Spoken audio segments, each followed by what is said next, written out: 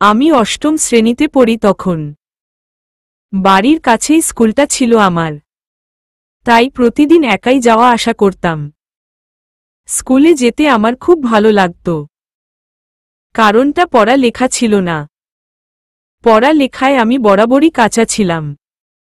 Doctor, engineering হবার কোনো শখ কোনো কালই ছিল না, তাই পড়ালেখায় এত সিরিয়াস কখনো হইনি। কিন্তু এতটুকু বুঝতাম আজকাল একজন মেয়ের নিজের পায়ে দাঁড়াবার জন্য পড়ালেখা করাটা অত্যন্ত জরুরি। তাই চালিয়ে যেতাম। স্কুল আমার প্রিয় জায়গাটার মধ্যে একটি ছিল, কারণ এখানে এসে আমি বিন্দাস চলতে পারতাম। বাসায় তো মায়ের বকনি থাকে ননস্টপ, আর রায়হান ভাইয়ের শাসন। উফ, আমি এদের জ্বালায় হাঁফিয়ে উঠতাম। ভালোর মধ্যে ছিলাম আমি আর বাবা। বাবা বরাবরই নীরব দর্শকের ভূমিকা পালন করত তাদের মাঝে, তবে আমায় অনেক আদর করত। এই মানুষটিকে সবসময় আমার পাশে পেয়েছি। আমি যতই ভুল করি না কেন, বাবা একটি হাসি দিয়ে শুধু বলতো, ভুলই তো করেছে, কারো খুন তো করেনি, বাদ দেও। মা তখন বাবার উপর চরম বিরক্ত হতো, অথচ বাবার তাতে কোনো রিয়েকশন হতো না। বাবার পরে কেউ যদি আমায় বুঝতো তারা হলো আমার স্কুল লাইফের ফ্রেন্ডসরা। আর এই ফ্রেন্ডসদের সাথেই আড্ডা, আর মাঝে মাঝে টিচারদের সাথে কিছু দুষ্টুমি করে দিনগুলো ভালোই চলছিল। কিন্তু একদিন ঘটল এক অঘটন। আমি স্কুল ছুটির পর আমার কিছু ফ্রেন্ডসদের সাথে দাঁড়িয়ে ঝালমুড়ি খাচ্ছিলাম। ইউসুফ চাচার ঝালমুড়ি, আমাদের এলাকার বেস্ট ঝালমুড়ি উনি বানায়। শুধু আমাদের এলাকা না, তার ঝালমুড়ি খেতে অন্যান্য জায়গা থেকে লোকজন এসে ভিড় জমাত। এতদিন অবশ্য উনি ছিলেন না।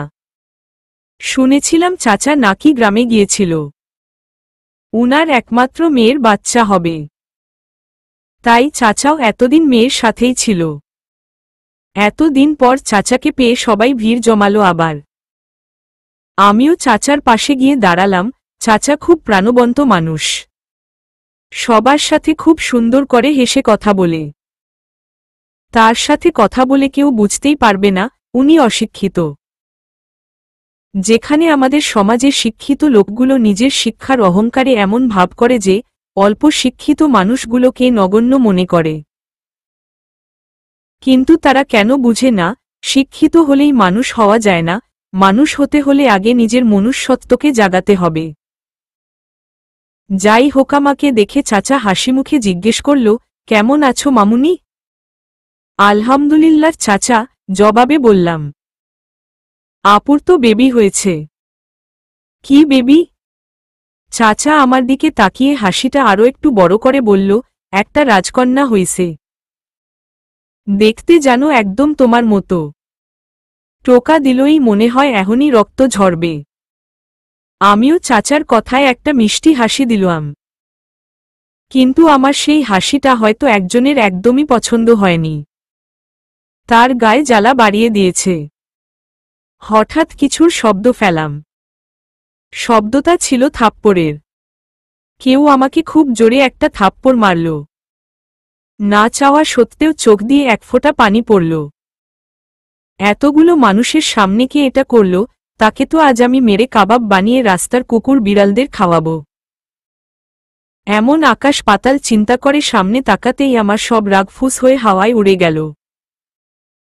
এই প্যারা কোথা থেকে আসল, নিজের অজান্তেই মুখ ফসলে বলে ফেললাম। একজোড়া রক্তিম চোখ আমার দিকে এমনভাবে তাকিয়ে আছে মনে হচ্ছে এখনই আমাকে চিবিয়ে শরবত বানিয়ে চিনি ছাড়া খেয়ে ফেলবে। আমি শুকনো একটা ঢোক গিলে জিজ্ঞেস করতে যাব, তার আগেই জিসান নামের এই প্যারা আমার হাতটা ধরে টেনে বাইকে বসাল। উনার এমন রুড বিহেভিয়ার আমার একদম পছন্দ না। সবসময় আমার সাথে এমন কেন করে? আমার সব বিষয়ে তার নাকটা না ঢুকালে কি হয় না? না, সে তবুও ঢুকাবে। কেন রে ভাই, তুই আমার কে? শুধু ভাইয়ের বন্ধু বলে সহ্য করি, কিন্তু সবকিছুর একটা সীমা থাকে।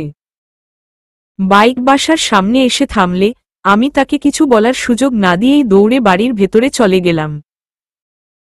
মনটা ভীষণ খারাপ, তাই ছাদে খোলা চুলগুলো ছেড়ে দাঁড়িয়ে আছি। হালকা মৃদু বাতাস এসে চুলগুলোর সাথে যেন খেলা করছে। দূরের আকাশে কিছুটা মেঘ জমে যাওয়ায় সূর্যের গ্লানিটা কম লাগছে। মন ভালো করার মতো একটা পরিবেশ, কিন্তু আমার মনটা ভালো নেই। একদম ভালো নেই। এক টুকরো ঘন কালো মেঘ যেন আমার মনের বাগানকে ঘিরে রেখেছে। আর যে কোনো সময় সেই মেঘ থেকে বৃষ্টি নেমে পড়বে আর আমাকে ভিজিয়ে দেবে।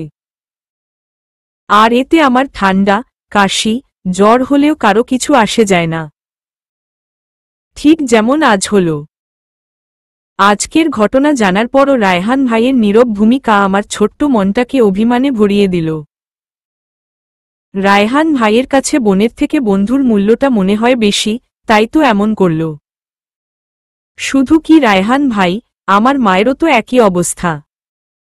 জিসান বলতে পাগল সে। আমার মায়ের নজরে জিসান ভাই যা করে তাই ঠিক, তার কোনো কাজ ভুল হতেই পারে না। সে তো যথারীতি সবাইকে বলেই বেড়ায় তার দুটো ছেলে, রায়হান আর জিসান। আমি যে তার একমাত্র মেয়ে তার সামনে বারবার উকিঝুঁকি দিয়ে বোঝানোর চেষ্টা করি, আমার নামটাও বলো একবার, তাহলে জনসাধারণ মানুষ আমাকেও একটু চিনতে পারবে। কিন্তু না। প্রত্যেকবারের মতো আমার ভাবনায় মা এক বালতি জল ঢেলে বলবে, কি এমন অসাধারণ কাজ করেছিস তুই, যে তোর নামের ঢোল পিটাব। আরে একবার তো ক্লাসে প্রথম হয়ে দেখা, তখন দেখবি আমি কি করি। এলাকার প্রত্যেকের ঘরে ঘরে গিয়ে তোর সুনামের জয় জয় করে বেড়াব। দরকার পড়লে তোর ছবিও দিয়ে আসব, যাতে রাস্তাঘাটে সবাই তোকে চিনতে পারে। মায়ের এমন কথায় বারাবারের মতো আমার এই পিচ্ছি মনটা ভেঙ্গে চুরমার হয়ে গেল। আমি বুঝতে পারলাম এই জন্মে আমি ক্লাসে প্রথম হতেও পারব না, আর মায়ের মুখে নিজের জয়ধ্বনি শোনাও হবে না। হায়রে আমার কপাল। উনি থাক উনার দুছেলে নিয়ে। জিসান ভাইয়ের প্রতি আমার মায়ের এই অগাধ ভালোবাসার একটি কারণ আছে। জিসান ভাই রায়হান ভাইয়ের বাল্যকালের বন্ধু। তারা স্কুল, কলেজ, ভার্সিটি সব জায়গায় একসাথে ছিল। এত বছরেও তাদের বন্ধুত্বের কোনো ফাটল ধরেনি, বরং বেড়েছে। মায়ের মুখে শুনেছিলাম, রায়হান ভাই আর জিসান ভাই যখন ক্লাস 7 বা 8-এ পড়ত, তখন একদিন স্কুল ছুটির পর দুবন্ধু স্কুলের পাশের মাঠে ক্রিকেট খেলছিল। খেলার সময় হঠাৎ বলকে জোরে মারায় বল মাঠ থেকে রাস্তায় গিয়ে পড়ল। রায়হান ভাই বেখায়াল হয়ে বলটা নিতে গেল। সামনে আসা ট্রাক্টর দিকে কোনো ধ্যান ছিল না তার। কিন্তু জিসান ভাই ঠিক সময় এসে রায়হান ভাইকে ধাক্কা মারে। রায়হান ভাইয়ের কিছু না হলেও জিসান ভাই প্রচণ্ড ব্যথা পায় সে দুর্ঘটনায়। এরপর থেকেই জিসান হয়ে উঠে আমার পরিবারের সরিষা ফুল। আর আমি হলাম তাদের বাগানের কাঁটা। আমাকে কেউ ভালোবাসে না। কেউ না। হঠাৎ মনে হলো আমার পেছনে কেউ দাঁড়িয়ে আছে। আমি ঘাড় ঘুরিয়ে দেখি জিসান ভাই পেন্টের পকেটে হাত ঢুকিয়ে দাঁড়িয়ে আমার দিকে তীক্ষ্ণ চোখে তাকিয়ে আছে। আমি তাকাবার সাথে সাথে চোখগুলো অন্যদিকে ঘুরিয়ে বলল, এখানে কি করছিস তুই? আমি তার কথা শুনেও না শোনার ভান করে চলে যেতে চাইলাম। শুনব না তার কথা। কেন শুনব? আমাকে মেরে এখন ঢং করতে এসেছে। কিন্তু কপাল আমার। পারলাম কোথায় আর যেতে। তার আগেই জিসান ভাই আমার হাতটা ধরে আটকে ফেলে আমাকে সামনে দাঁড় করিয়ে বলে এক কদমও নড়বি না, আমি না বলা পর্যন্ত। না চাইতেও দাঁড়াতে হবে। কারণ তার কথা না শুনলে নিজের কপালে নিজের কুড়াল মারা সমান। কখন না জানি কি করে বসে আল্লাহই ভালো জানে। আবার না মেরে বসে। জিসান ভাই খুব গম্ভীর কণ্ঠে বলল, বড় হচ্ছিস, শরীরের গঠনরূপে পরিবর্তন আসছে, এখনো কি তোকে বলে দিতে হবে রাস্তাঘাটে কিভাবে চলাফেরা করতে হবে? নিজের বেলটাকে ও সামলাতে পারিস না? তাহলে পড়িস কেন? জিসান ভাইয়ের এ কথায় আমি উনার দিকে আর চোখে তাকালাম। এখন মাথার সব নাটবল্টুগুলো কাজ করতে শুরু করল। আমি এতক্ষণে বুঝতে পারলাম, পাবলিকের সামনে আমাকে পেটানোর রহস্য কি? বুঝতে পেরে সাথে সাথে আমি লজ্জায় মাথাটা নিচু করে ফেললাম। ছি, এমন দুর্ঘটনাগুলো অলটাইম জিসান ভাইয়ের সামনেই কেন হয়? তখন নিশ্চয়ই সবাই দেখেছে, সাথে জিসান ভাইও। ছি, কি লজ্জার বিষয়! আমার তো মাটি খুঁড়ে ডুব দিতে মন চাইছে। আমার অবস্থা বুঝে জিসান ভাই বলল, আজ লাস্টবার বলছি, এরপরও এমন ভুল দেখলে আর এমন বেখায়ালভাবে চলাফেরা করলে তোর জন্য ভালো হবে না। আমাকে ভালো করেই জানিস তুই। তোর ঘরে দুটো সাদা ওড়না এনে রেখেছি। কাল থেকে ওগুলো পরে স্কুলে যাবি। আমি কি বলেছি শুনতে পেয়েছিস? একটু চিৎকার করেই বলল শেষের কথাটা। আমি তার ধমকে একটু কেঁপে উঠলাম, মাথা নেড়ে দ্রুত গতিতে হা বললাম। এখন রুমে যা, কিছুক্ষণ পর সন্ধ্যার আজান দিবে। এই সময় কখনো ছাদে আসবি না। রুমে গিয়ে পড়তে বসো। তিশা আর 1 মিনিটও অপেক্ষা করেনি। জান হাতে নিয়ে দৌড়ে নিচে চলে গেল। আজ জিসান ভাইয়ের পুরো পরিবার আসছে আমাদের বাসায়, শুধু তাওহিদ ভাইয়া ছাড়া। নিজের বিয়ের দাওয়াত নিজে দিতে হয়তো লজ্জা পাচ্ছে, তাই হয়তো আসেনি। আর এছাড়া তাওহিদ ভাই খুব ব্যস্তও থাকে। জিসান ভাই থেকে 3 থেকে 4 বছরের বড় হবে উনি। বিদেশ থেকে ডাক্তারি পড়ে এসেছে। এখন নিজেদের হাসপাতালের পুরো দায়িত্ব নিজের কাঁধে নিয়েছে। ঢাকা শহরে প্রায় 3টি হাসপাতাল তাদের। এর মধ্যে একটাতে গরিব দুঃখীদের বিনামূল্যে চিকিৎসা দেয়া হয়। এসব হাসপাতালগুলো তাওহিদ ভাইয়া এখন একাই সামলায়। খুব বাস্তববাদী মানুষ নাকি তিনি? রায়হান ভাইয়ার মুখ থেকে শুনেছিলাম। যাই হোক, তার বিয়ে ঠিক হয়েছে তানজিলা আপুর সাথে। তানজিলা জিসান ভাইয়ের বাবার বন্ধুর মেয়ে। দেখতেও বেশ সুন্দর। তাওহিদ ভাই নিজের বাবা মায়ের পছন্দেই বিয়ে করবে বলে কারো কোনো সমস্যা নেই এই বিয়ে নিয়ে। বিয়ে 1 মাস পর, তাই কার্ড দেওয়া এখন থেকেই শুরু হয়ে গিয়েছে। আমি মাত্র কোচিং থেকে বাসায় আসলাম। এসেই দরজার সামনে এত মানুষের জুতো দেখে মনে মনে ভাবলাম কে আসল এই সময়ে। চিন্তা করতে করতে কলিং বেল বাজাতে লাগলাম। হঠাৎ চোখ গেল সামনের বিল্ডিং এর দিকে। কয়েকজন প্রতিবেশী উকিঝুঁকি দিয়ে দেখছে, হয়তো তাদের মনেও আমার মতো কিউরিসিটি কাজ করছে। আমি হাসতে হাসতে দরজা ধাক্কাতে যাব, তার আগেই কেউ দরজাটা খুলে ফেলে আর আমি তার উপর পড়ে যেতে নিলেই সে আমার বাহু দুটো ধরে ব্যালেন্স করে দাঁড় করাই।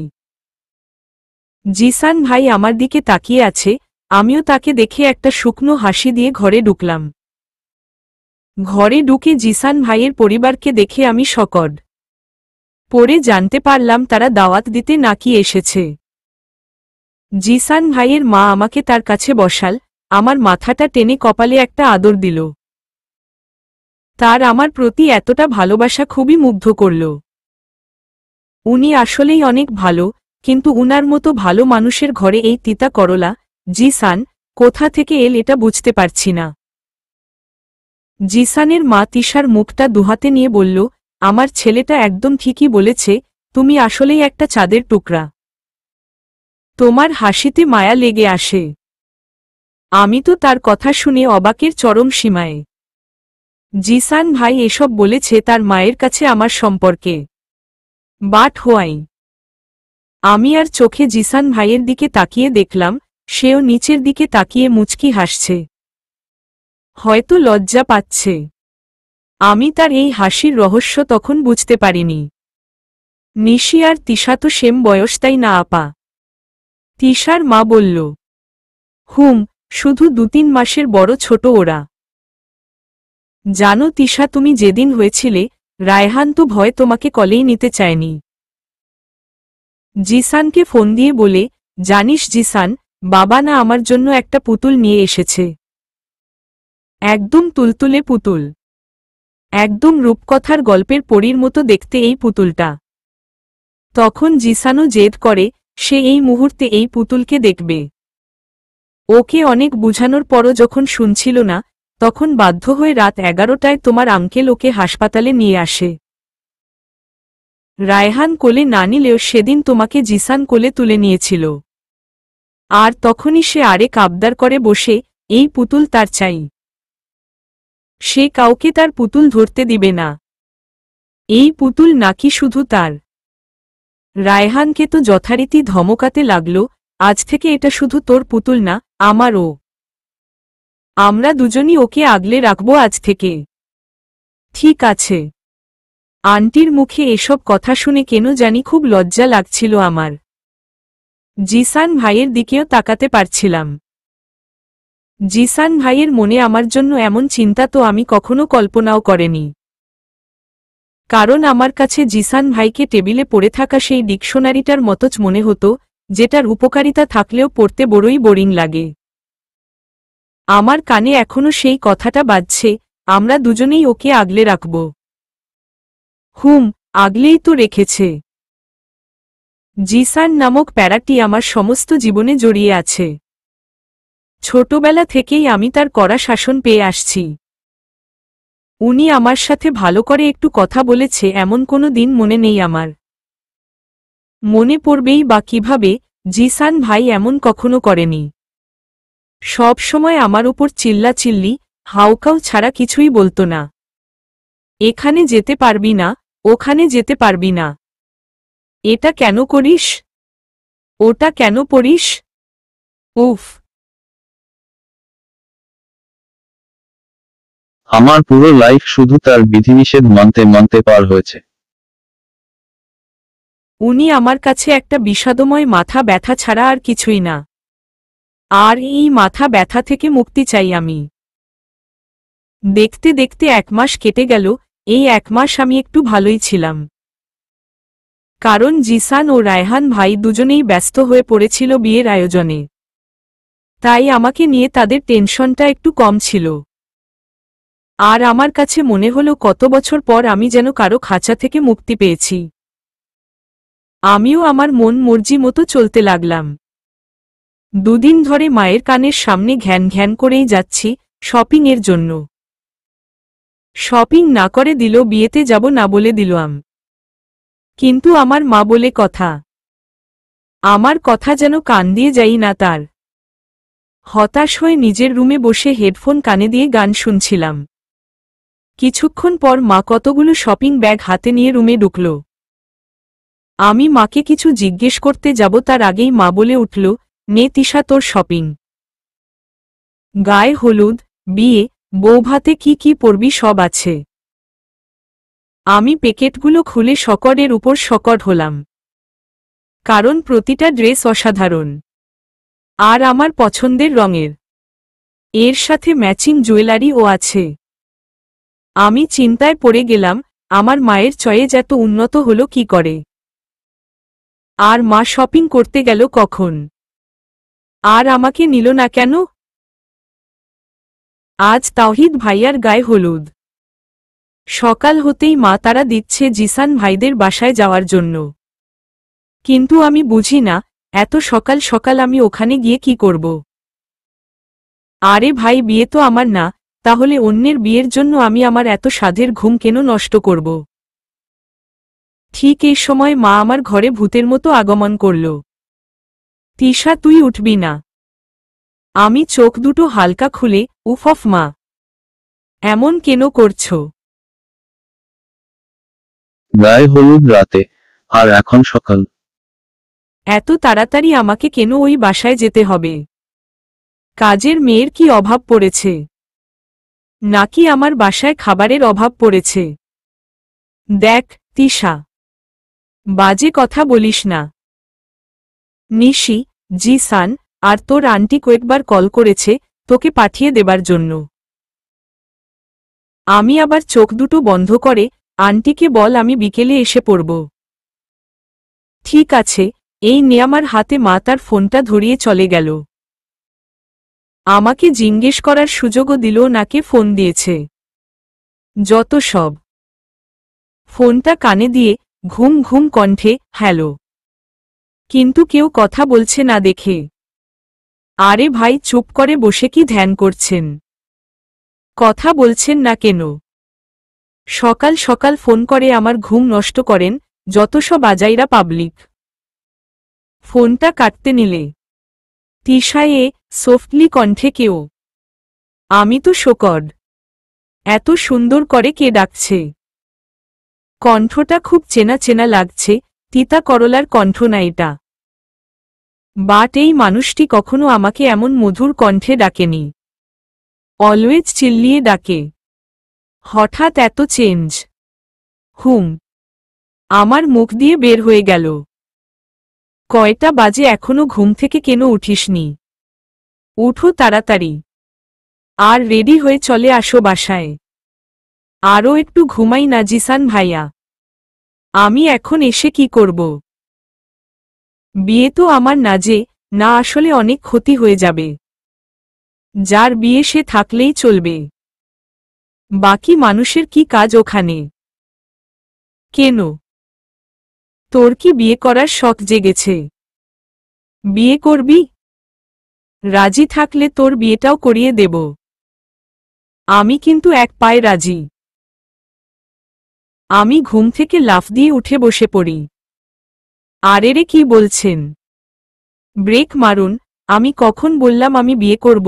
আমি তো জাস্ট। আমাকে আর বলতে দিলো না।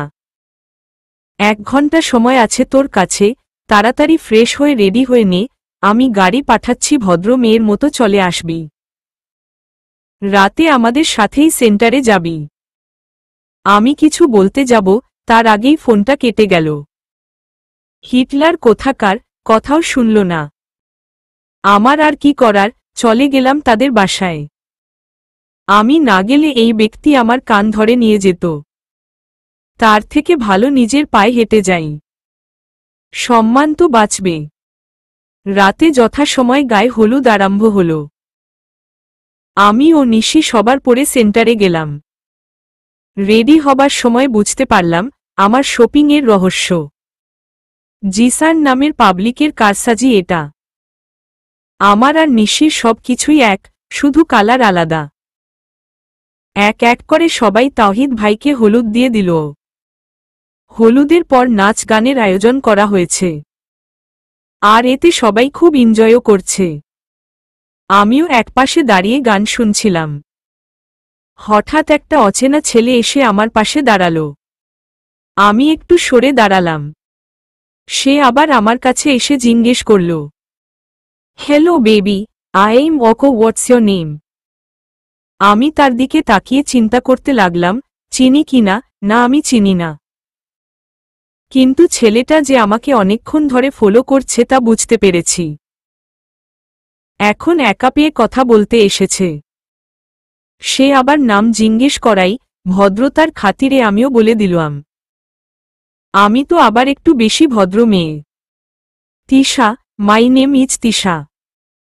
আমি চলে যেতে নিলে ছেলেটা আমার হাতটা ধরে ফেলে। আমি তীক্ষ্ণ দৃষ্টিতে তাকাই। হাত কেন ধরেছেন? একটু রেগে। Why are you shouting? Clam down, I am coming to talk to you. You look so hot, read in any class, baby. ছাড়ুন আমার হাত, আমি কিন্তু এখন ঠিকই চিৎকার দেব। এটা বলার পর অর্ক আমার হাতটা আরো জোরে চেপে ধরল। ওয়াও, তোমার দেখি রূপের সাথে তেজও আছে, পিচ্ছি হলে কি হবে? কিন্তু অ্যাটিটিউড তো বড়দের মতো। তুমি জানো আমি কে? মিনিস্টারের ছেলে। যে মেয়ের গায়ে আঙ্গুল দিয়ে ইশারা করব সাথে সাথে আমার কাছে এসে পড়বে। আর আমি সেধে তোমার সাথে কথা বলতে এসেছি। তুমি আমাকে অ্যাভয়েড করছো। সাহস তো তোমার কম না। খুব জোরে গান বাজছে, তাই এদিকে কি হচ্ছে কেউ শুনতেও পাচ্ছে না। হাত না ছাড়লে থাপ্পড় দিয়ে দাঁত ফেলে দেব, ফাজিল ছেলে। সাহস কি করে হলো আমার হাত ধরার? ছাড় বলছি, এক ঝটকা দিয়ে হাতটা ছাড়িয়ে ফেলি। তুই কি আমি জেনে কি আচার বানাবো?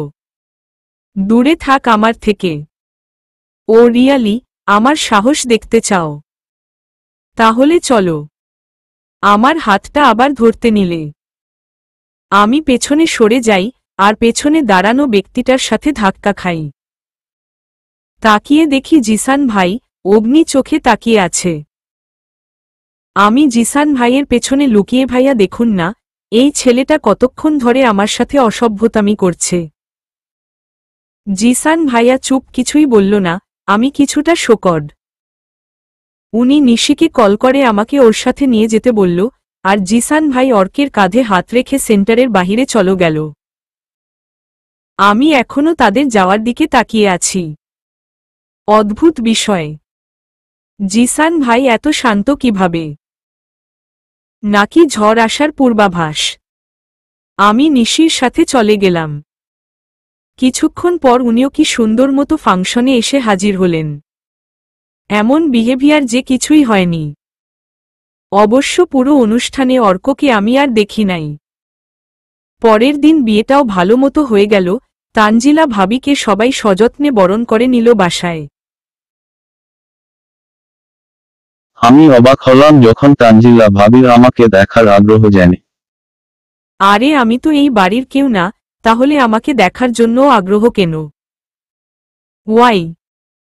তার আবার ভাইটাইয়ের গলায় আমাকে ঝুলিয়ে দেবার প্ল্যানিং করছে না তো? খুবই কনফিউজড আমি।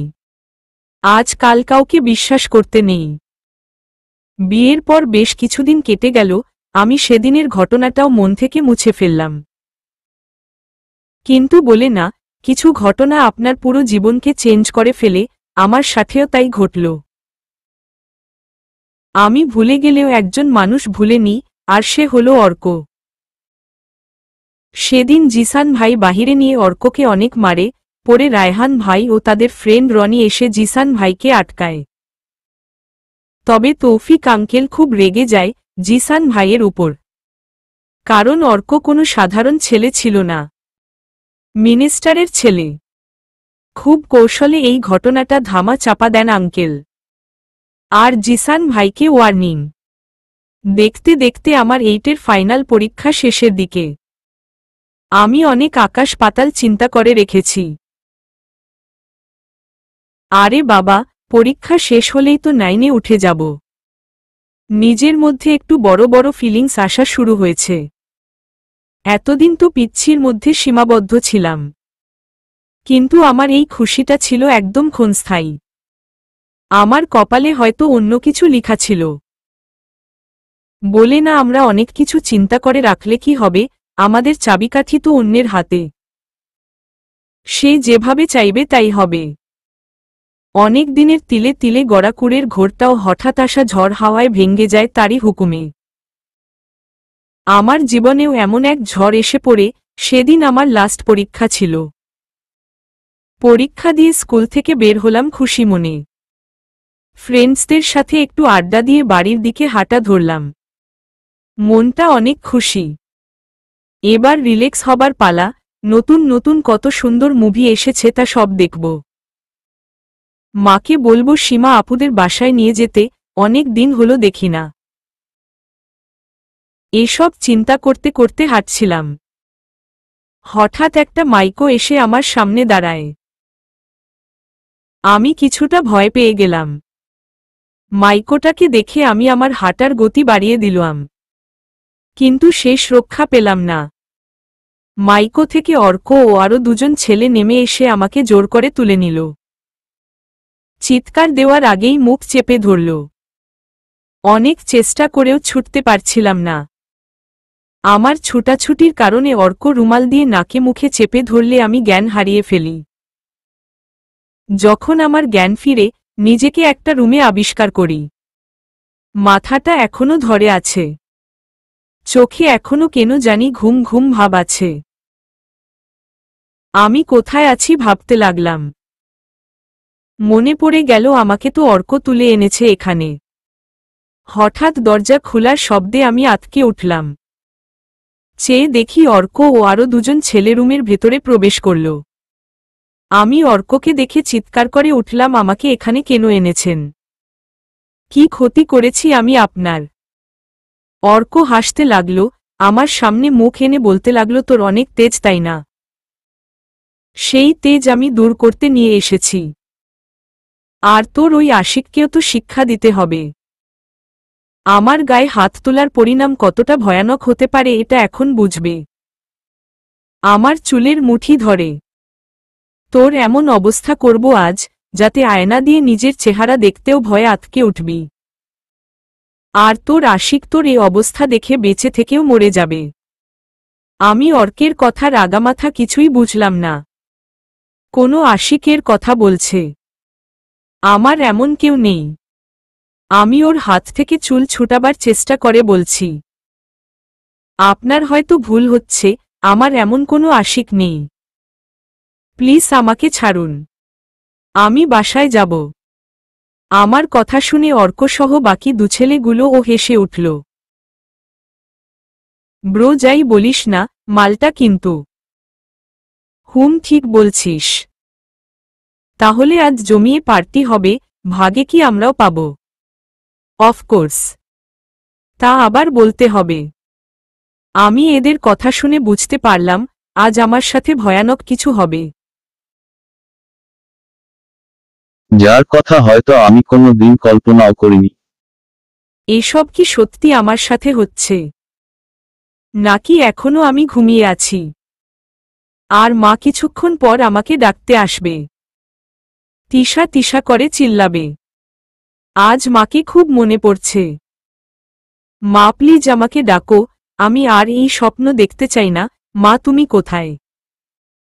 আমার চোখ দিয়ে পানি পড়ছে। মাথার চুলগুলো মনে হয় ছিঁড়ে যাচ্ছে এমন মনে হচ্ছে। বাকি দুটো ছেলে চলে গেল, আর অর্ক আমাকে বিছানায় ধাক্কা দিয়ে ফেলে দিল। নিজের শার্ট খুলতে লাগল, আমি এদিক ওদিক দেখতে লাগলাম কোথায় পালানো যায়। অর্ক আমার দিকে এগোতে থাকলে আমি দৌড় দিয়ে বারান্দায় চলে যেতে নিলাম। উদ্দেশ্য গিয়ে দরজাটা লাগিয়ে দেব। কিন্তু আমি বারান্দায় যাবার আগেই অর্ক আমাকে ধরে ফেলে। ছুটতে চাইলে আমাকে জোরে কয়েকটা থাপ্পড় মারে, থাপ্পড়ের কারণে আমার ঠোঁট ফেটে রক্ত বের হয়ে যায়। আমি অনেকটা ফুটবল হয়ে পড়ি। শরীরে মনে হয় আর শক্তি নেই। আমাকে ধাক্কা দিয়ে আবার বিছানায় ফেলে দেয়। এখন আর উঠার শক্তি পাচ্ছি না, মাথাটাও ভো ভো করছে, চিৎকার করে কাঁদতে মন চাইছে। রায়হান ভাইকে খুব বেশি মনে পড়ছে। আমি কোথাও যেতে চাইলে রায়হান ভাই মানা করলে রাগ করে বসে থাকতাম। তখন রায়হান ভাই এসে বলতো তিশা বাহিরের জগৎটা অনেক খারাপ। কখনো এর আসল চেহারা দেখলে তুই সহ্য করতে পারবি না বোন। আর আমি তোকে হারাতে চাই না। তিশার চোখ দিয়ে পানি পড়ছে, বারবার একটা কথা মনে পড়ছে, ভাই তুই কোথায়? আমি যে সত্যি সহ্য করতে পারছি না। প্লিজ ভাই আমাকে নিয়ে যা। তিশা ঘুমিয়ে আছে, কিছুক্ষণ আগেই ডাক্তার কাবেরী এসে তিশাকে চেক আপ করে গিয়েছেন। ডাক্তার কাবেরী জিসানদের ফ্যামিলি ডাক্তার। তিশাকে কিছুটা শান্ত ও রিল্যাক্স করার জন্য ঘুমের ইনজেকশন দিয়ে দিয়েছেন। ডাক্তার যাওয়ার সময় বলে গিয়েছেন তিশার প্রপার খেয়াল রাখতে। এখনও তিশা বাচ্চা। বয়সও বাকি 13 বা 14 হবে, আর এতটুকু বয়সে এমন ইনসিডেন্ট তিশার জন্য ক্ষতিকর। তিশাকে যত দ্রুত সম্ভব নরমাল করার চেষ্টা করতে হবে। তা না হলে ওর ব্রেনে আঘাত আসবে। আর ও ট্রমা থেকে ইজিলি বের হতে পারবে না। এটা ওর জন্য মারাত্মক শোকের বিষয়। জিসান ড্রয়িং রুমে বসে আছে, রাগে এখনো মাথার রগগুলো ফুলে আছে। কিছুতেই যেন নিজেকে শান্ত করতে পারছে না। ওর একটাই কষ্ট, অর্ককে নিজ হাতে খুন করতে পারল না। তার আগেই রায়হান ওকে বাঁচিয়ে ফেলেছে। তাই রাগে কটমটিয়ে রায়হানের দিকে তাকিয়ে আছে। এখন তো রায়হানকেও মারতে মন চাইছে। আজ ওর কারণে অর্ক বেঁচে গেছে। তৌফিক সাহেব এতক্ষণ ফোনে ব্যস্ত ছিলেন। ছেলেটাকে নিয়ে তিনি পড়েছেন মহা যন্ত্রণায়। কারো কথা শুনে না। রাগের মাথায় একটার পর একটা সিন ক্রিয়েট করে আসে, আর তা সামলাতে তৌফিক সাহেবকে ভোগান্তিতে পড়তে হয়। আজ ও তার ব্যতিক্রম না। অর্ক মিনিস্টারের ছেলে, এটা সামলাবে কিভাবে সেটাই এখন সবথেকে বড় কথা। উনি ফোনে কথা বলে সোফায় বসে পড়লেন। আর মিসেস রাবেয়া বেগম ছেলের মাথা ঠান্ডা করার চেষ্টা করছেন। তা দেখে তৌফিক সাহেবের মন চাইছে মা বেটা দুজনকেই আফ্রিকা জঙ্গলে পাঠিয়ে দিতে।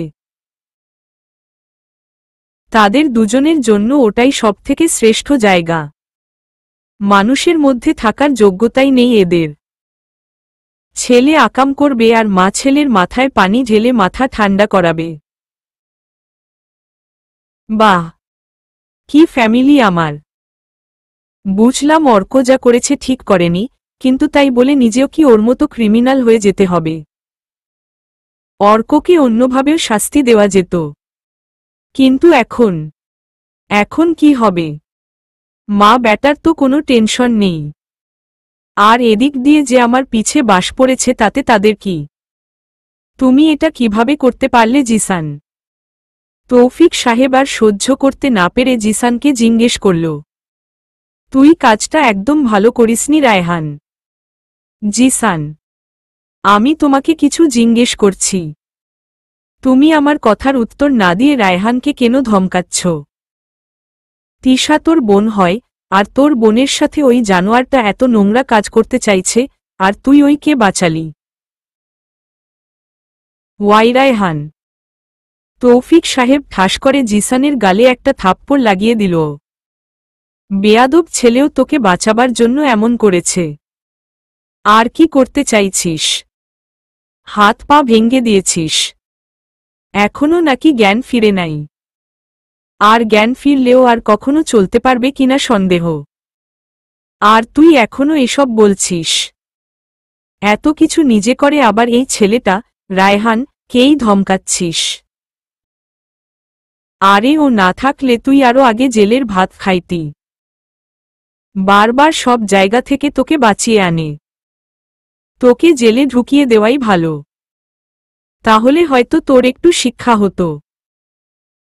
জিসান মাথা নিচু করে এখনো বসে আছে, মনে হচ্ছে কোনো লাভ হয়নি ওকে এই থাপ্পড়টা মেরে, উল্টা তৌফিক সাহেবের হাত ব্যথা করছে। আঙ্কেল মাথা ঠান্ডা করুন, এখন মাথা গরম করে কিছু হবে না। রায়হান। জিসানের কারো কথা এখন ভালো লাগছে না, তাই উঠে উপরে চলে গেল। বাবা রায়হান ঠিক বলেছে, জিসানকে পড়ে দেখব। আগে এটা কিভাবে সামলাব।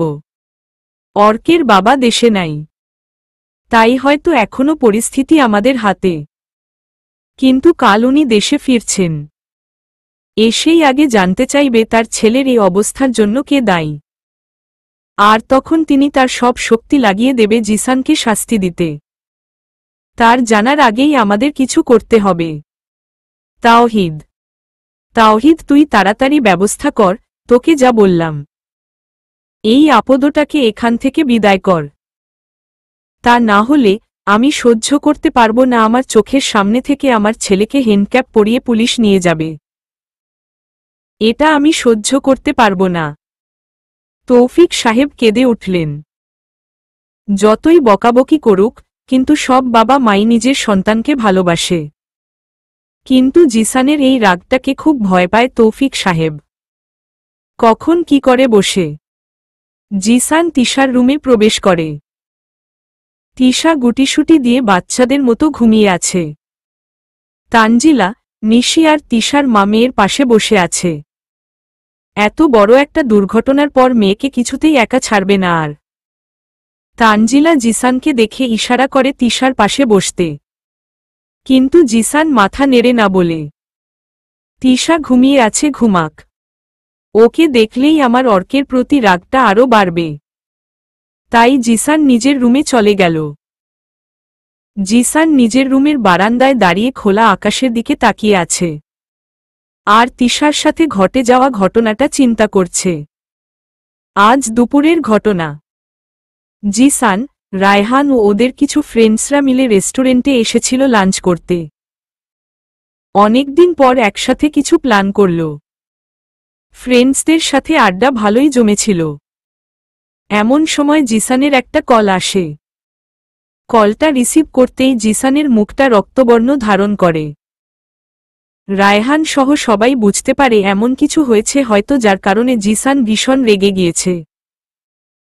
কিন্তু তবুও জানতে হবে, তাই রায়হান জিসানের কাঁধে হাত রেখে জিজ্ঞেস করল কি হয়েছে। জিসান ফোনটা রেখে খুব শান্ত কণ্ঠে বলল, তিশা কিডন্যাপ হয়েছে। এটা শোনার পর রায়হান বসা থেকে উঠে দাঁড়িয়ে গেল। হোয়াট? জিসান আবার কাকে জানি ফোন করল এবং একটা নাম্বার দিল, নম্বরটার লোকেশন জানার জন্য। এদিক দিয়ে রায়হানের মেজাজ খারাপ হয়ে যাচ্ছে জিসানের এমন নীরব থাকার কারণে। জিসান কে করেছে, আর তুই কার নাম্বার দিয়েছিস? এভাবে শান্ত হয়ে কিভাবে আছিস? আমি চললাম। রায়হান যেতে নিলে জিসান হাতটা ধরে ফেলে। রিল্যাক্স রায়হান, আগে লোকেশনটা জানতে দে। কে করেছে তুই জানিস? রায়হান: অর্ক করেছে। ওর গাড়িতে তিশাকে দেখেছে শাহিন। শাহিন জিসান ও রায়হানের ফ্রেন্ড। লোকেশন জানার সাথে সাথে জিসান সহ বাকি সবাই রওনা দিল। অর্কের আঘাতগুলো তিশা নিতে পারেনি, তাই তিশা আবার অজ্ঞান হয়ে যায়। অর্ক কয়েকবার পানির ছিটা দেওয়ার পরও যখন তিশার জ্ঞান ফিরে না, তখন বাধ্য হয়ে চলে যেতে নেয়। যা করবে জ্ঞান ফিরলেই করবে, তা না হলে তিশাকে কষ্ট দেওয়ার এত প্ল্যান সব নষ্ট হয়ে যাবে। এসব ভেবে দরজাটা খুললেই সামনে দাঁড়ানো ব্যক্তিটাকে দেখে না চাইতেও অর্ক ভয় পেয়ে যায়। জিসানের চেহারা রাগে লাল হয়ে আছে, ভেতরে ঢুকেই অর্ককে একটা লাথি মারে। অর্ক ছিটকে গিয়ে পড়ে। রায়হান আর ওদের ফ্রেন্ডসরা অর্কের দুই ফ্রেন্ডসদের পিটাচ্ছে। এমন সময় জিসানের ডাকে রায়হান রুমের ভেতরে যায়। জিসান তিশার জ্ঞান ফিরানোর চেষ্টা করে। তিশা জিসানের কণ্ঠ শুনতে পায়, অল্প চোখ খুলে জিসানকে দেখতে পায়, কিন্তু কোনো কিছু বলার আগে আবার জ্ঞান হারায়। এরপর অনেক ডাকার পরও কোনো লাভ হল না, তাই রায়হানকে ডাক দেয় তিশাকে নিয়ে যাওয়ার জন্য। রায়হান তিশাকে নিয়ে জিসানদের বাসায় আসে, কারণ রায়হানের বাবা মাও এখানে। খবর পেয়ে সবাই অপেক্ষা করছে। তিশাকে বাসায় রেখে রায়হান আবার জিসানের কাছে চলে যায়। জিসানের রাগের সম্পর্কে রায়হান খুব ভালো করেই জানে, তাই জিসানকে আটকাতে হবে। রায়হান গিয়ে দেখে অর্ক আর ওর ফ্রেন্ডসদের অবস্থা খুব খারাপ, কিন্তু জিসান তখনও মেরে যাচ্ছে, আরও কিছুক্ষণ থাকলে হয়তো মরে যাবে। জিসানদের ফ্রেন্ডসরা জিসানকে ধরার সাহসও পাচ্ছে না। রায়হান গিয়ে জিসানকে আটকায়। রায়হান জিসানকে বাসায় নিয়ে আসে আর ওদের ফ্রেন্ডসদের বলে অর্ক আর ওর সাথীদের কোনো হসপিটালের সামনে ফেলে আসতে, কারণ ওদের কিছু হলে কারো জন্যই ভালো হবে না। সকাল সকাল তিশার ঘুম ভেঙে গেল। ঘুম থেকে উঠে তিশা রুমটা দেখে চিনতে পারে না, তাই চারদিকে চোখ বুলায়। রুমটা চিনতে না পারলেও আশেপাশে লোকগুলোকে তিশা খুব ভালো করেই চিনে। তিশার মা তিশার পাশে ঘুমিয়ে আছো। বাবা সোফায় আর রায়হান বারান্দার ইজি চেয়ারটায় বসে ঘুমিয়ে আছে। সবাইকে খুব ক্লান্ত লাগছে। কালকের ঘটনায় তারাও খুব টেনশন ছিল। তাদের জন্য হলেও নিজেকে স্বাভাবিক রাখতে হবে, তা না হলে আমার সাথে সাথে সবার কষ্ট বাড়বে। তিশা মনে মনে নিজেকে শক্ত করে নিল। তিশা অনেক কিছু চিন্তা করে মাকে ডাক দিল, মা। তিশার কণ্ঠ শুনে তিশার মা ধরফরিয়ে উঠল। তিশার মুখে হাত দিয়ে, কি হয়েছে তিশা, তুই ঠিক আছিস তো? কিছু লাগবে? পানি খাবি? বল কি লাগবে? শরীর খারাপ লাগছে না তো? কিছু তো বল মা। চুপ কেন? মা আমি ঠিক আছি। দেখো তুমি, আমি একদম ঠিক আছি। তুমি আগে বলো আমরা কোথায়? আমরা জিসানদের বাসায়। কাল ডাক্তার তোকে ঘুমের ইনজেকশন দিয়েছিল, তুই সারারাত ঘুমিয়েছিলি, তাই আমরাও এখানে রয়ে গেলাম। তোর বাবা আর ভাইকে কত করে বললাম বাসায় চলে যেতে, কিন্তু না, তোকে ছাড়া যাবেই না। তিশাদের কথার শব্দে তিশার বাবা ও রায়হানের ঘুম ভেঙে যায়। তারা সবাই মিলে কিছুক্ষণ গল্প করে। রায়হান খুশি তিশাকে স্বাভাবিক দেখে। কালকের ঘটনা তুলে তিশাকে আর কষ্ট দিতে চায় না। কিছুক্ষণ পর তিশা মাকে বলল, মা আমার না খুব ক্ষুধা পেয়েছে। তিশা ডাইনিং টেবিলে বসে আছে, আর সবাই তিশার দিকে তাকিয়ে আছে। তিশাকে এতটা স্বাভাবিক দেখে সবাই খুশি, কিন্তু তবুও রয়ে যায়। তিশা সবার দিকে তাকিয়ে, কি হয়েছে? সবাই আমার দিকে এভাবে কেন তাকিয়ে আছো? যেন ভূত দেখছ? সব ঠিক আছে তো? তখনই জিসান সিঁড়ি দিয়ে নামতে নামতে বলল, সব ঠিকই আছে। কিছু হলে তো এতক্ষণে মিষ্টি বিলিয়ে ফেলত। এত তাড়াতাড়ি কিছু হবার সম্ভাবনাও নেই। জিসানের কথায় তাওহিদ জিসানের দিকে তাকাল। কখন কি বলতে হয় একটু ভেবে তো বল। তাওহিদ, এত ভাবার সময় নেই আমার কাছে। আর ও কি কোনো দেশের প্রেসিডেন্ট যে আমাকে অনেক ভেবেচিন্তে কথা বলতে হবে? আর তুই এখনো চেয়ে আছিস কেন? খাবার কি মুখে তুলে দিতে হবে এখন? তিশা ওর বাবা মা আর ভাইয়ের দিকে তাকালো, কেউ কিছু বলছে না, সবাই শুনেও না শোনার ভ্যান করে খেয়ে যাচ্ছে। কারণ সবাই জানে জিসান এমনি। তাদের সবার অভ্যাস হয়ে গিয়েছে এখন। তাই তিশাও আর কথা না বাড়িয়ে খাওয়া আরম্ভ করল। আর জিসান খাওয়ার ফাঁকে ফাঁকে তিশাকে দেখছে। জিসান ইচ্ছা করেই এসব বলছে, কারণ জিসান জানে তিশার আশেপাশে সবাই স্বাভাবিক থাকলে তিশাও কালকের ঘটনা তাড়াতাড়ি ভুলে যাবে। বিকেলে তিশা নিশির সাথে বসে গল্প করছে, আর গল্পের ফাঁকে ফাঁকে নিশির কাছে কালকে কি হয়েছে তা জানার চেষ্টা করছে। নিশিও বড়বড় করে সব বলে যাচ্ছে। এমন সময় নিচের ড্রয়িং রুম থেকে চিল্লাচিল্লির শব্দ পেল। তিশা ভাবছে আবার কি হল। ড্রয়িং রুমে জিসান বসে আছে, আর তার অফসাইডে তৌফিক সাহেব। তাদের মাঝখানেরটি টেবিলে জিসানের প্যারিস যাবার টিকিট পড়ে আছে। বাবা ছেলের মধ্যে তুমুল ঝড় বয়ে গেল। এখন তারা দুজনেই চুপ। সিচুয়েশন বুঝে তৌফিক সাহেব জিসানকে প্যারিসে পাঠানোর চিন্তা করছে। এতে শুধু জিসান না, রায়হান তিশা ওদের জন্যও ভালো হবে। জিসান এখানে থাকলে সিচুয়েশন আরও খারাপ হবে। না চাওয়া সত্ত্বেও ওর সাথে রায়হান ও তিশার জীবনটাও হেল হয়ে যাবে। রায়হান তো বড়, সব সামলিয়ে ফেলবে। কিন্তু তিশাও তো একটা বাচ্চা মেয়ে, এসব কিছু সামলানোর বয়স হয়নি ওর। তাছাড়া তিশার থেকে আপাতত জিসানকে দূরে রাখাই ভালো। কারণ জিসান দিন দিন তিশার প্রতি পজেসিভ হয়ে পড়ছে, যা ভবিষ্যতে না জিসানের জন্য ভালো হবে না তিশার জন্য। কিন্তু জিসান তো জিসানই। তার এক কথা সে যাবে না। সে কিছুতেই যাবে না। ঝড় আসুক, তুফান আসুক, বন্যা হোক, তবুও সে বাংলাদেশ ছেড়ে এত দূর কিছুতেই যাবে না। জিসানের এই না যাওয়ার কারণটা খুব ভালো করেই জানে সবাই, তবুও জিসানকে বুঝাবার বৃথা চেষ্টা করছে। তৌফিক সাহেব সহ্য করতে না পেরে অবশেষে জিসানকে তিশার কসম দিল, যদি ওর ভালো চাও তাহলে আজই দেশ ছেড়ে চলে যাও। বাবার মুখে এসব কথা শুনে জিসান কিছুক্ষণ চেয়ে রইল। এরপর হাঁটা ধরল উপরে।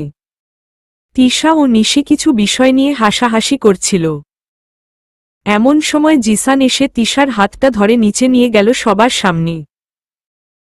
ঘটনা এতই দ্রুত ঘটল যে তিশা কিছুই ভাবতে পারছে না। জিসান নিজের বাবার দিকে তাকিয়ে, তুমি চাও তো আমি চলে যাই? ওকে, চলে যাব। কিন্তু আমার একটা শর্ত মানতে হবে। কি? তৌফিক সাহেব, আমি তিশাকে বিয়ে করব, আজই, এখনই। বিয়ের কথা শুনে তিশার পা দুটো মনে হয় অবশ হয়ে গেল। কেমন অসহায় দৃষ্টিতে সবার দিকে তাকিয়ে আছে। কেউ কিছু বলছে না কেন? আমার মেয়েটা ছোট জিসান, এভাবে তোমার সাথে কিভাবে বিয়ে দিব? একবার ভাবো। তুমি আগে প্যারিস যাও। তুমি আসতে আসতে তিশাও কিছুটা বড় হয়ে যাবে, তখন দেখবনি। না আঙ্কেল, আমি এতটা রিস্ক নিতে পারবো না। সবাই এখানে জানে সবকিছু, তাই আমি আশা করব আমার দিকটাও বুঝবেন। আমি এভাবে চলে গেলে শান্তিমতো থাকতে পারবো না। এদিক দিয়ে তিশা জিসানের হাত থেকে নিজের হাতটা ছুটানোর চেষ্টা করছে, কিন্তু জিসানের অগ্নি দৃষ্টি তিশার দিকে পড়ায় সব চেষ্টা শেষ। জিসানকে সবাই অনেক বুঝানোর চেষ্টা করছে, কিন্তু জিসান তো নাছোড়বান্দা, সে যা চায় তা হাসিল না করে এক পাও এগোবে না। জিসানের পাগলামি সম্পর্কে সবাই জানে, তাই কারো কাছে আর কোনো পথ রইল না। অবশেষে জিসান ও তিশার বিয়েটা হয়েই গেল। সবার অনেক জোরাজোরিতে বিয়েটা করতে বাধ্য হল তিশা। জিসান যা চেয়েছে তা তো পেল, কিন্তু সাথে 3টা শর্ত ছিল। প্রথম শর্তটা তৌফিক সাহেব দিয়েছিল, জিসান 5 বছর আগে দেশে ফিরতে পারবে না। আর বাকি 2টো শর্ত তিশা দিয়েছিল। যখন রায়হান ওকে বিয়ের জন্য মানাতে গেল, তিশা ও জানে জিসান বিয়ে না করে কিছুতেই যাবে না, ঘাটতারা মানুষ। তাই সুযোগ পেয়ে 2টো শর্ত ধরিয়ে দিল। তিশার 2টো শর্তের মধ্যে একটি ছিল, জিসান ও তিশার বিয়ের কথা সময় না হওয়া পর্যন্ত কেউ যাতে না জানে। কখনো সিচুয়েশন যদি এমন হয় বিয়ের কথা বলতেই হবে, তাহলে বলা যাবে, তাছাড়া না। তিশার দ্বিতীয় শর্ত ছিল, তিশার পড়ালেখা শেষ না হওয়া পর্যন্ত তিশাকে কোনো সম্পর্কে আবদ্ধ করতে বাধ্য করা যাবে না। তার মানে জিসান তিশাকে পেয়েও পেল না। তিশার শর্তগুলো শুনে জিসান শুধু একটু বাঁকা হাসল। তবে জিসানের সেই মুহূর্তে সব শর্ত মেনে না নেওয়া ছাড়া কোনো উপায় ছিল না। জিসানের এয়ারপোর্টের যাওয়ার সময় হয়ে গেল। সবাই জিসানকে বাড়ির বাহিরে এসে বিদায় জানাল, একজন ছাড়া। জিসান কোনো কথা না বলে উপরে চলে গেল। সবাই বুঝতে পারল জিসান কোথায় গিয়েছে। তিশা বিছানায় আধশোয়া হয়ে মাথা হেলান দিয়ে বসে আছে, আর চিন্তা করতে লাগল কি থেকে কি হয়ে গেল। এত কিছু তো স্বপ্নেও ভাবিনি। যে মানুষটিকে সারাদিন বকাছাড়া মনে করতাম না, সে মানুষটি কিভাবে আমার সাথে জড়িয়ে গেল। আমি তো কখনো এমন কিছু চাইনি, তাহলে কেন এমন হল।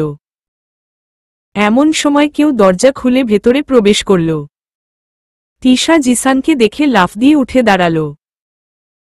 জিসান তিশার সামনে গিয়ে, আমি চলে যাচ্ছি তিশা, এরপর কবে দেখা হবে জানি না। হয়তো তুই মনে মনে এখন আমাকে ঘৃণা করছিস, কিন্তু আমার মন বলছে একদিন ঠিকই তুই বুঝতে পারবি। তিশা তখনও নিচের দিকে তাকিয়েছিল, কিছুই বলল না। জিসান এক কদম সামনে এসে তিশার কপালে একটা আদর দিয়ে দিল।